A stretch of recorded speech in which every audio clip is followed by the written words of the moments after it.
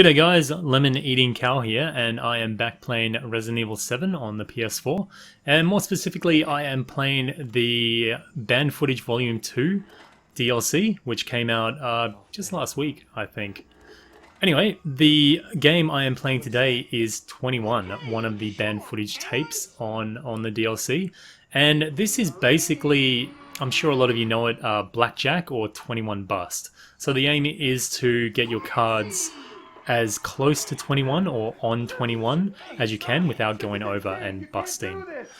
This is pretty much the same formula as that game with a few additions.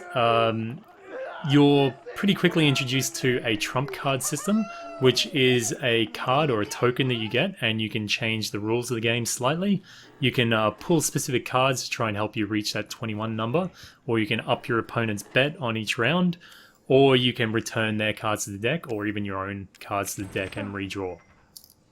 And apart from that, the betting system is a little bit different. Instead of betting with tokens or money, you're actually betting with your fingers and your life, which is a very novel way of doing it, but we wouldn't really expect anything less from the very psychotic, sick puppy Lucas Baker. So he is the main bad guy, I guess, of this little tape, and it's really cool to see. It's really well animated and voiced, and I really enjoyed the whole experience. It's quite a treat, actually.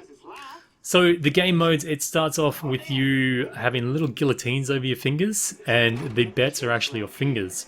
So if you lose, you'll lose 1, 2, 3, 4, whatever fingers, and the aim is to get your opponent to lose his fingers before you lose yours. So it's a little bit sadistic in that regard, but it's quite well done. If you manage to get through that round, the second one will be against the same opponent, but you'll both be hooked up to electric shock machines. And if the number reaches 10, you'll actually get shocked to death. But if you manage to get through even that round, the next one will be a spinning knife blade death trap machine thing in the middle of the table, and depending on whether you win or lose, the machine will go either closer to your opponent or closer to you. There's a little bit of a twist in this last round, but I won't spoil it in this video. I'll make a separate one on that, just in case you want to be spoiler free. So once you have finished the third round there and beat Lucas, or, well, the poor anonymous guy that you beat.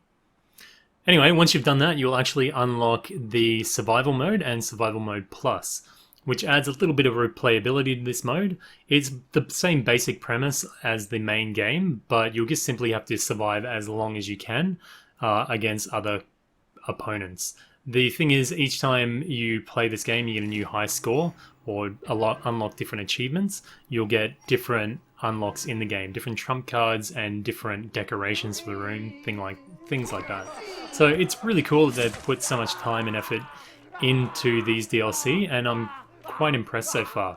The voice acting and the character animation is on par with the game, and it's fantastic. So from my point of view, I feel the Season Pass is definitely worth it, and I'm quite enjoying my time in it. Anyway guys, if you enjoyed this video, please leave a thumbs up. If you got any comments or suggestions, or you just want to tell me any elite Las Vegas 21 tricks, then leave them down below. And if you haven't already, then please don't forget to subscribe. Also, if you've got time and you're interested in Resident Evil, then check out my other videos on the DLC, and I hope you enjoy them too. Anyway, this has been Lemon Eating Cow. Moo.